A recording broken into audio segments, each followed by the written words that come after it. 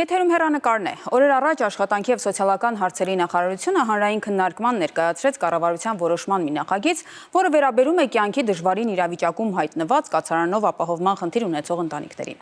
Ընդհանրապես սոցիալական քաղաքականության և այլ հարցերի մասին այսօր խոսենք աշխատանքի և սոցիալական հարցերի նախարար Արսեն Թորոսյանի հետ։ Շնորհակալություն, պարոն Թորոսյան, մեր հրավերը ընդունելու համար։ Սկսենք հենց այս ծրագրից, ինչի մասին է խոսքը և ում է ուղղված, որոնք են թիրախային խմբերը։ Թիրախային խմբերը շատ իրավիճակային կարող է լինել, իհարկե թվարկված են դրանք նախագծում, բայց կարող է լինել նաև այլ վիճակներ, որը մենք չենք կարող կանխատեսել, եւ լուծմանը կամ այս լուծման առաջարկին դա դեռ պետք է քննարկվի եւ ընդունվի։ Մենք հանգել ենք մի իրավիճակում, երբ որ բազմաթիվ դեպքերի ենք առերեսվել, երբ որ քաղաքացին որևէ այլ պետական աջակցության ծրագրից չի կարող օգտվել, բայց ակնհայտորեն ունի բնակվելու տարրական պայմանների կարիք։ Եվ հաճախ այդ ընտանիքները ունեն շատ երեխաներ, հաճախ այդ ընտանիքները հաշմանդամություն ունեցող քաղաքացիներից են բաղկացած, եւ մի քանի դեպքում տեղային լուծումներ են տվել տարբեր բարերարների միջոցով, երբ որ արագ հավաքվող տներ ենք կառուցել ու հասկացել ենք, որ միգուցե դա լավ առիթ է մի նման ծրագիր անելու, ու հիմա այդ ծրագրի հանրային քննարկման փուլում ենք, հույս ունենք կստացվի, բայց իհարկե սրանով մեր ոչ նոր նախաձեռնությունները, ոչ էլ բնակապահովման ծրագրերը չեն սահմանափակվում, օրինակ նույն 6 եւ ավելի երեխա ունեցող ընտանիքների համար մենք առանձին բնակապահովման ծրագիր ենք արել, ու այս ամեն ինչը բխել է հենց մեր ժողովրդի կարիքներից, այսինքն տեսել ենք, նամակները ստացել ենք, գնացել ենք, ուսումնասիրել ենք, հասկացել ենք, որ չէ, ինչ որ մի բան պիտի անենք, չեն կարող պարզապես ասել, գիտես հարգելի քաղաքացի, մենք քեզ ոչինչով չենք կարող օգնել։ Իհարկե դեռ ամբողջը չի, որ կկարողանանք ծածկել, ոչ սրանով, ոչ էլ մյուսով, բայց աստիճանաբար տարբեր պետական ծրագրերով մեր քաղաքացիները պետք է կարողանան իրենց իսկի նաև աշխատելով, արարելով հնարավորինս ունենալ բնակապահովման հարցերի լուծում։ Հիմա դուք ասում եք, որ տարբեր կարիքները հաշվի առնելով ենք այս ծրագրերը առաջարկում։ Հիմա այս ընթացքում դուք նաև նախընտրական շրջանում լինում եք տարբեր մարզերում, որքանով են այնտեղ արտահայտված հարցերը տեղ գտնում նախ ծրագրում, հետո նաև փոփոխությունների։ Տեսեք, այդ հարցը շատ է տրվում, բայց մենք այնպես չի, որ միայն այս վերջի այցելությունների ժամանակ ենք շփվում եւ մեր քաղաքացիների հետ եւ ընթացքում այլ կերպ չենք առնչվում, ասենք կոնկրետ այս երկու ծրագիրը, որի մասին ես քիչ առաջ ասացի, եւ մոդուլային տները եւ բազմազավական տարիները, եկուսն էլ էլեկտրոնային նամակներով ստացած դեպքերով են եղել, մեր քաղաքացիները մեզ գրում են շատ։ Վարչապետին են գրում, վարչապետը մեզ է վերահասցավորում, մեզ են ուղիղ գրում եւ մենք այդ բոլոր դեպքերով զբաղվում ենք, այսինքն չկա մի դեպք, որը որ մեզ հասնի եւ մենք չզբաղվենք, ուրիշ բան, որ հաճախ կարող է լինի այնպիսի խնդրանք, որը կամ օրենքի հետ համատեղելի չէ եւ չենք կարող բավարարել, բայց ամեն դեպքում բացատրում ենք, սրանք կոնկրետ քաղաքական ոչ միայն սրանք, էլի կարող են։ Օրինակ հիմա ծնողական ժամի քննարկման բան ունենք, նախագիծ ունենք, որ մինչև 12 տարեկան երեխա ունեցող ընտանիքներին թույլ ենք տալու, եթե 2 երեխա է մինչև կես ժամ աշխատաժամանակը կրճատել, եթե 3 երեխա է 2-ից ավելի 1 ժամ դա ուղիղ կրկին քաղաքացուց եկած առաջարկ է, որ մենք դրել ենք քննարկման, հասկացել ենք, որ վատը չի, այսինքն այդ կապը ամենօրյա է, իսկ երբ որ գնում ես, շփվում ես, շատ հազվադեպ կարող է մի բան լսես, որը մինչև այդ լսած չլինի, բայց անմիջական շփումը իհարկե մի քիչ ուրիշ է։ Կենսաթոշակներին վերաբերող հարցերը ամենաշատ քննարկվածն է, որքանով այն խնդիր լուծեց եւ որքանով է այն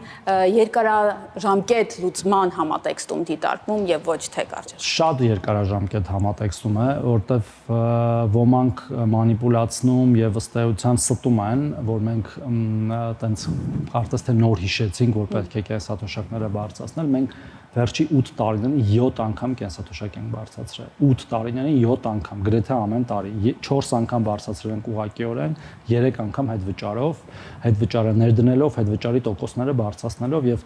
դրանից ամենավաղը, այս վերջի բարձրացումից ամենավաղ բանը, այսինքն դրանից մի անգամ առաջվա բարձրացումը հունվարի 1-ին էր տեղի ունեցել եւ սա ունի շատ կոնկրետ նպատակ՝ նվազագույն սպառողական զամբյուղին հասնել։ Պարենայինին մենք վաղուց էինք հասել նվազագույն կենսաթոշակով, մի քանի տարի առաջ հիմա հասել ենք նվազագույն սպառողական զամբյուղը, մի բան էլ անցել ենք հետ վճարով եւ նաեւ ասել ենք երկարաժամկետի տեսանկյունից, որ ինդեքսավորելու ենք գնաճին համապատասխան ապագայում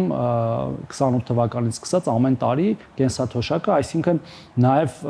ասում ենք, որ այսուհետ այն երբեք ցածր չի լինելու նվազագույն սպառողական զամբյուղից ու դրա համար ծախսվելու են մեր քաղաքացիների կողմից վճարված հարկերից այս տարի մոտ 80 միլիարդ դրամ, ոչ պակաս, մյուս տարի մոտ 110 միլիարդ դրամ, այսինքն սրանք պետական բյուջեի նաև եկամուտների աճի շնորհիվ է տեղի ունենում, որը տեղի է ունենում տնտեսական զարգացման շնորհիվ, տնտեսական զարգացման մեջ էլ մեծ դեր ունեն մեր քաղաքացիները, որոնք աշխատում են, արարում են եւ հարկեր են վճարում։ Իսկ սա մի ամբողջ շղթայի մի մասն է, նաև բազմիցս ասել ենք, հիմա էլ ասեմ, մենք 21 թվականից մեծ ներդրումներ ենք արել թե տնտեսության մեջ, թե ենթակառուցվածքների մեջ եւ հիմա տեսնում ենք, թե ինչպես են այդ ներդրումները վերադառնում հենց նույն պետական բյուջե, որը նաեւ բաշխվում է մեր բոլոր քաղաքացիներին ըստ էության, միայն կենսաթոշակառուները չեն, հա, հաշմանդամություն ունեցող քաղաքացիներ, երեխա ունեցող քաղաքացիներ, տարբեր տեսակի նպաստներ ստացող քաղաքացիներ, անապահովության նպաստ ստացող քաղաքացիներ, մենք շատ աջակցության ծրագրեր ունենք, բայց սա ոչ թե ցուցանիշ է, որ ամեն ինչ արդեն հրաշալի է, ոչ։ Մենք դեռ շատ պետք է աշխատենք, որ մեր երկիրը ել ավելի բարեկեցիկ դարձնենք։ Հիմա այնինչ թվարկեցիք սոցիալական ոլորտին վերաբերող ցանկացած ծրագիր միանգամից երևում է մարդու կյանքի վրա։ Եվ ձեր ընդդիմախոսները սա նկատի ունենալով, օրինակ, ձեզ մեղադրում են, որ այդ ծրագրերը իրականացվում են, որովհետև նախընտրական շրջան է, որովհետև դրանով դուք քաղաքացու քվեն եք ուզում այդպես։ Ես հենց նոր պատասխանեցի ձեր դեռևս չտրված հարցին, նշելով, որ 7 անգամ բարձրացրել են կենսաթոշակները անկախ նախընտրական ժամանակահատվածից, նաև մյուս ծրագրեր, այդ նույն երեխայի, օրինակ երրորդ եւ հաջորդ երեխայի նպաստը մենք ներենք դրել 4 տարի առաջ, հիմա դարձրել ենք մշտական նպաստ, դա էլ է նախընտրական։ Այսինքն, եթե այդպես ստացվի, ապա նախորդ ընտրությունների հաջորդ օրվանից սկսած ամեն ինչ նախընտրական է, ամեն ինչ։ Կամ եթե այդ նույն տրամաբանությամբ շարժվում ենք, իսկ իրենք որ անհեթեթ խոստումներ են տալիս, էլի սոցիալական, դա նախընտրական չի, որ ասում են մենք կգանք ձեր կենսաթոշակները 50%-ով, ոմանք 100%-ով, ոմանք ինչ որ անհասկանալի թվերով կբարձրացնենք։ Դա նախընտրական խոստում չի, իդեպ չհիմնավորված։ Այն դեպքում, երբ որ մենք հիմնավորված բարձրացրել ենք, ավելին մեր կառավարության ծրագիրն ենք կատարել, որի համար որ նախկինում քվե ենք ստացել եւ այդ տրամաբանությունը պարզապես չի դիմանում որևէ քննադատության, ավելին, երբ որ իրանք ինչ որ բան խոստանում են, մենք արդեն ասում ենք դա արել ենք։ Որքանով են համոզիչ ընտրազանգվածների համար այս խոստումները։ Ի վերջո դուք ոչ միայն չի, հենց այդ եմ ասում։ Այսինքն մենք արդեն արել ենք, ցույց ենք տվել, որ անում ենք, ասում ենք 300 դպրոց են կառուցել, եւս 300-ը կառուցել ենք։ Հիմա դուք կամ ես, եթե լինեի միջին վիճակագրական հայ ընտրող, հա, որը շատ քաղաքականացված չի բան, բայց իր հարևանությամբ, իր բնակավայրում տեսնում է այդ 300 դպրոցներից մեկը։ Ըստ ձեզ նա ավելի մեծ հավանականությամբ ում կհավատա, նրան ում տեսել է այդ գործը անելուց, թե նրան ում ոչ միայն չի տեսել, այլև տեսել է հակառակը անելուց, դպրոցները քանդելուց, մանկապարտեզները սեփականաշնորհելուց եւ այդպես շարունակի։ Իմ կարծիքով պատասխանը շատ ակնհայտ է։ Մենք ոչ միայն խոստանում ենք, մենք նախ մեր շատ ծրագրեր պարզապես ասում ենք շարունակելու ենք, այդ թվում է նախընտրական ծրագիրը, այնտեղ ծրագրեր կան, որ նոր չեն, կան, պարզապես ավելի մասշտաբային են դարձնում, կան նաև նոր այո առաջարկներ եւ մեր աշխատանքը վերջի 8 տարիների, որը ըստ էության մեր հնան մարդաշնչի հաշվով, հա, ավելացել է 2.5 անգամ մոտավորապես։ Այսինքն դա այդ աշխատանքի շնորհիվ է, ոչ միայն մեր, նաև մեր ժողովրդի, որտեղ առանց ժողովրդի հնարավոր չէր դա անել եւ դրանք ոչ միայն թվեր են, հա, որ ասում ենք վիճակագրությունն է, բայց վիճակագրությունը ուր է, չի երևում։ Դա երևում է մարդկանց վրա։ Իրական եկամուտների վրա մարդկանց դա երևում է եւ կենսաթոշակով եւ աշխատող քաղաքացիների։ Հիմա պաշտոնական քարոզարշավը դեռ չի սկսվել, բայց ինչպես տեսնում եք, ակտիվ գործընթացներ են։ Այդ դուք ինչպես եք բնորոշում այն ինչ տեղի է ունենում քաղաքական առումով, ինչպիսի տրանսֆորմացիաներ են տեղի ունենում։ Տեսեք, շատ པարզ իրականում ամեն ինչ այդքան բարդ չի եւ վստահ եմ մեր քաղաքացիներն են դա հասկանում։ Կա քաղաքական դաշտում երկու բևեռ։ Հայաստանի Հանրապետության պետականությունը կենտրոնում դնող ինքնիշխանությունը, անկախությունը, զարգացումը, բարեկեցությունը եւ դրա դեմ պայքարող բևեռ։ Այդ դրա դեմ պայքարող բևեռը հիմնականում նույն մարդիկ են, որոնք որ ժամանակի շանս են ունեցել այդ ամեն ինչը պահպանելու, բայց արել են ամբողջությամբ հակառակը, մի բան էլ ավել, հիմա էլ հրահրում են ըստ էության այնպիսի խոսույթ եւ այնպիսի գաղափարներ, որոնք վաղը կարող են կասկածի տակ դնել նաեւ հաստատված խաղաղությունը։ Եվ այս ամեն ինչը շատ ակնհայտ է։ Նաև այն նրանով, որ այդ բոլոր այդ հիմնական 3 ուժերի ցուցակներում նույն մարդիկ են։ Նախկինում մեկը մի ցուցակից մյուս, ես մի անգամ օրինակ եմ բերել, հիմա էլ բերեմ, կարծես թե թղթախաղի քարտերը բաժանած լինեն, ում ինչ ընկած լինի, դրել են իրենց ցուցակների մեջ լրիվ նույն մարդիկ, ասենք Մայր Հայաստանի ցուցակը Ծառուկյանի ցուցակում է, նախկին Ռոբերտ Քոչարյանի ցուցակում եղած մարդը Ուժեղ Հայաստանի ցուցակում է, դե Ուժեղ Հայաստանը ամբողջությամբ եւ Քոչարյան եւ Սերժ Սարգսյանը, որովհետեւ իրենց 90-ականներից սկսած ՀՀԿ-ով վերջացրած նույն մարդիկ են, էլի, դրանք։ Եվ նրանք փորձում են մեր ժողովրդին խաբելով եւ մի կոնկրետ ուժել կաշառելով, ըստ էության քվեստանալ, կաշառքի դեմ իհարկե մեր իրավապահ մարմինները կառնեն եւ առնում են մոտավորապես ամենօրյա ռեժիմով, բայց մեր ժողովուրդը պետք է այդ ամեն ինչը հասկանա, մենք պետք է խոսենք, մենք չպետք է վարանալ դրա մասին խոսելուց ու շատ տարօրինակ իրավիճակ է ստացել։ Միշտ, գրեթե միշտ այնպիսի երկրներում, որտեղ որ կա ընտրակաշառք ընդհանրապես, դա անում է իշխանությունները։ Այն երկրները, որտեղ դա կա, հա, մեր մոտ էլ է եղել։ Ասենք երբեք ընդդիմություն ընտրակաշառք չի բաժանել Հայաստանի Հանրապետությունում 18 թվականից առաջ։ Բայց իշխանություններն են բաժանել եւ նաեւ կիրառել են մյուս գործիքները, որ դրանք չբացահայտվեն, ոստիկանությունը, քննչականը դրա հետ։ Հիմա լրիվ հակառակ վիճակն է։ Կարծես թե մի սյուրռեալիզմ, բառիս ուղիղ իմաստով, ու նրանք չեն հասկանում, որ դրա վերջը ոչ միայն տրվելու է եւ բոլորը պատասխան են ստանալու իրենց գործած հանցագործության համար, բոլորի ամեղության կարգավարկածը հաշվի առնելու, հələ մի հատ էլ շարունակում են։ Չեն հասկանում, որ այդպես հարց չեն լուծելու եւ այս համախմբի մեջ երբեմն կարող է մեր ընտրողը խճճվել, հա, այնց լավ չհասկանալ, որից հետո է, բայց ես վստահ եմ մեր ժողովրդի իմաստության վրա, որ ի վերջո իմաստությունը հաղթելու է եւ չի կարող այդ երրագլուխ պատերազմի կուսակցությունը, որը փողով ուզում է գնել փաստացի մեր բոլորի եւ մեր երեխաների ապագան, հաջողել։ Դա պարզապես անհնար է, պարզապես։ Ինչքան ուզում է իրանք ասեն, մենք մոտավորապես 100% կրած ենք, մենք խնդիր չունենք, մեր դեմ խաղ չկա, լսել ենք այդ ամեն ինչը, բայց 18-ից հետո ժողովուրդն է որոշում։ Դուք իրենց եք մեղադրում, իրենք ձեզ են մեղադրում, քաղաքական գործընթացներում հասարակությունը ամենակարևոր դերակատարությունը ունի։ Համեմատելով նախորդ ընտրությունների հետ, նոր ընտրությունները ինչպիսի փոփոխություն են բերելու ձեր կարծիքով։ Հետընտրական թե ընտրական process-ը։ Ընտրական process-ի մասին, նաև մասնակցության առումով, ինչպիսին է ձեր Ես կարծում եմ, որ շատ տարբերություն չկա անկեղծ, եթե ասեմ, բացառությամբ նրա, որ հաստատված, այսինքն ուժերի եւ ուժերի մոտիվների մեջ շատ տարբերություն չկա, պարզապես այս անգամ մի քիչ ֆրագմենտացված երկ կամ երրափեղկ է, հա, այդ ընդդիմությունը, որը փորձում է ըստ էության նորից հետ նվաճել երկիրը թալանելու իր իրավունքը, որտեվ նրանք զրկվել են դրանից, հա, եւ նաեւ դրանով կասկածի տակ դնել երկրի ինքնիշխանություն, պետականություն, անկախություն։ Եվ մեր ժողովուրդն էլ նույն ժողովուրդն է, ավելին ժողովուրդը վերջի 5 տարում նաև տեսել է շատ ավելին, քան տեսել էր 18-ից 21-ի ժամանակահատվածում, հա։ Սկսած հաստատված խաղաղությունը, որը կարևորագույն բան է եւ ամեն ինչի հիմքը, նույնիսկ քիչ առաջ որ խոսում էինք կենսաթոշակների ձև այլն, դա նույնպես խաղաղության շնորհիվ է, որ մենք ունենք շարունակական տնտեսական աճ, ավելի արագացող ամեն օր, հա, մոտավորապես։ Եվ տեսել է կատարված աշխատանքը, այդ որ ասում էի, երբ որ դու իրան ասում ես, գիտեք 300 դպրոց կառուցել ենք, բայց հələ հազարատեպտի կառուցենք, մարդը տեսել է, որ կառուցել ենք, նաև տեսել է ոնց ենք հետևում որակին, տեսել է ոնց ենք հետևում բովանդակությանը, հիմա այս դպրոցների օրինակն եմ բերում, որպես ցցում կամ ասենք ճանապարհները, մյուս առողջության ապահովագրությունը, կենսաթոշակների բարձրացումը, սահմանամերձ բնակավայրերում տների կառուցումը, այսինքն այնքան շատ է, որ ոչ միայն մի հաղորդում, այլ հաղորդումների շարքը չի հերիք այդ ամեն ինչը թվարկել, ու ժողովուրդը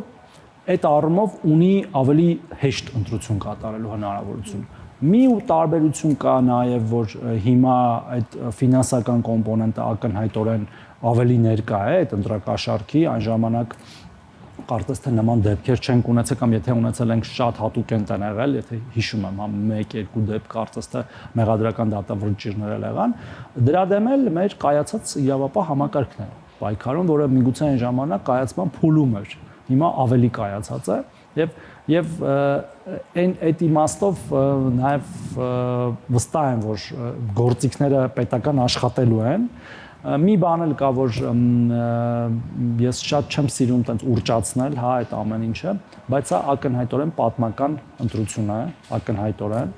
Ես մի առիթով ասացի նաև գոյաբանական, բայց տենց մի քիչ ճոխա հնչում, էգզիստենցիալ։ Տեսեք, ինչու, որովհետև այն ինչ որ ասում են այդ երրագլուխ պատերազմի կուսակցության գլուխները, հա, սովորաբար, պարզապես իրենք ասում են, դա մենք չենք ասում։ Եթե դա դնում ես ու վերլուծում ես, թե դրանից հետո ինչ կարող է լինել, Հայաստանի պետականությունը եւ ինքնիշխանությունը կասկածի տակ է դրվելու։ Սկսած խաղաղության պայմանների վերանայումից, որոնք բոլորն ասում են այսօրվա խաղաղությունը սխալ խաղաղություն է։ Մեկը ասում է ուժեղ պետք է լինի խաղաղությունը, մյուսը ասում է երաշխավորված, մյուսը արժանապատիվ։ Խաղաղությունը ինքնին այնպիսի ընդգրկուն եւ բովանդակային տերմին է, որ ածականներ չի սիրում, որտեղ խաղաղություն կամ կա կամ չկա։ Բայց եթե դու ասում ես, որ այսօրվա խաղաղությունը լավը չէ, չգիտեմ ինչով, հա, որտեղ հիմնված է միջազգային իրավունքի վրա ամբողջությամբ, տարածքային ամբողջականություն, սահմանների անկախտելիություն, մեր սահմանների վրա հետ խորհրդային երկու երկրների ներքին գործերին չմիջամտություն եւ այլն։ Դա նշանակում է, որ պետք է գնաս ասես եղբայր, ես համաձայն չեմ այս խաղաղության պայմաններին ու սկսվում է նորից կոնֆլիկտային տրամաբանությունը, այսինքն բանակցված խաղաղության չեղարկում նոր բանակցություն։ Իսկ որն է քո պայմանը։ Եթե դու դնելու ես այնպիսի պայման, որոնք դուրս են այդ իմ ասած տարածքային ամբողջականությունից, ինքնիշխանությունից, անկախությունից, երկու երկրների գործերին չմիջամտելու պարտավորվածությունից, դա նշանակում է դրանց դեմ է սրմելու տարածքային ամբողջականությանը, համ քո, համ հարևանի, համ ինքնիշխանությանը, համ այլ իրավունքներին ու դուրս է գալու նորից կոնֆլիկտ, որը անխուսափելիորեն բերելու է այնքան ինչ որ մենք գիտենք։ Պատերազմի, հետո կգան փրկիչները տարբեր երկրներից ոչ այդքան հեռու ու Հայաստանի Հանրապետությունը ելի կկանգնի իր ինքնիշխանությունը առնվազն վտանգելու տակ, որտեվ նաև միգուցե կորցնելու, եւ մեր ժողովուրդը պետքա որոշում կայացնի, ինքը ուզում է ինքը լինի իր ճակատագրի տերը, թե ուրիշ երկրներ։ Պարոն Թորոսյան, վերջին հարցը։ Ձեզ մոտ ձեր խոսույթում, նաև նախընտրական ծրագրում խաղաղությունը կապիտալիզացնելու մասին է խոսվում։ Իրական հնարավորությունները այժմ կան, եթե դեռ չի հաջողվում պայմանագիրը ստորագրել խաղաղություն։ Ինչպես կա։ Խաղաղությունը ոչ թե կապիտալացնելու, այլ ինստիտուցիոնալացնելու մասին է խոսվում մեր ծրագրում, եւ դա շատ կարեւոր է, որովհետեւ խաղաղությունը նոր հաստատված խաղաղությունը դա ըստ էության մի նորածին երեխա է, որի համար մենք պետք է հոգ տանենք։ Մենք պետք է խնամենք այդ խաղաղությունը։ Խնամենք թե գործիքներով իրավական, հա, դա օրինակ հռչակագիրը ստորագրված է, հա, Եռակողմ Ամերիկայի Միացյալ Նահանգների միջնորդությամբ։ Նախաստորագրված է խաղաղության պայմանագիրը, որը պետք է ստորագրել, բայց մենք արդեն իսկ ունենք այդ խաղաղությունը, կա տրիպի համաձայն տրիպի հռչակագիրը, որով ապաշրջափակում է տեղի ունենալու։ Մենք հիմա արդեն տեսնում ենք ապաշրջափակում Ադրբեջանի երկաթգիծն ենք օգտագործում ապրանքներ ներկրելու, նաև արտահանելու համար։ Այդ ամեն ինչը այնքան էլի կրկին բազմագործոն է, որ մենք ամեն օր պետք է խնամենք եւ այն դարձնենք ավելի հարատև եւ ավելի կայուն։ Եվ չի գալու մի օր, որ ասենք վերջ էլ այլևս ոչինչ չկա անելու։ Նույնիսկ ամենալավ հարևանները միշտ պետք է ջանք ներդնեն իրենց հարաբերությունները կայուն պահելու եւ ավելի լավը դարձնելու։ Այստեղ հարցը մոտիվն է, դու մոտիվ ունես դա անելու, թե մոտիվ ունես հակառակը անելու, փչացնելու հարաբերությունները, դեռևս նույնիսկ նորմալ չհաստատված։ Նորմալ հաստատվածներն էլ կարելի է իհարկե փչացնել ցանկության դեպքում։ Տարբերությունը այդ է եւ այո, մենք կարծում ենք, որ մենք պետք է հոգ տանենք եւ պետք է խնամենք այդ մեր ձեռքբերումներին, որը մեր պետականության եւ մեր պետականության հարատեվության ամենակարևոր ատրիբուտներից մեկն է, առանց դրա հնարավոր չի լինելու ունենալ հարատև պետականություն ստեղ։ Շնորհակալություն, պարոն Թորոսյան, ես հիշեցնեմ իմ զրուցակիցը աշխատանքի եւ սոցիալական հարցերի նախարար Արսեն Թորոսյանն էր։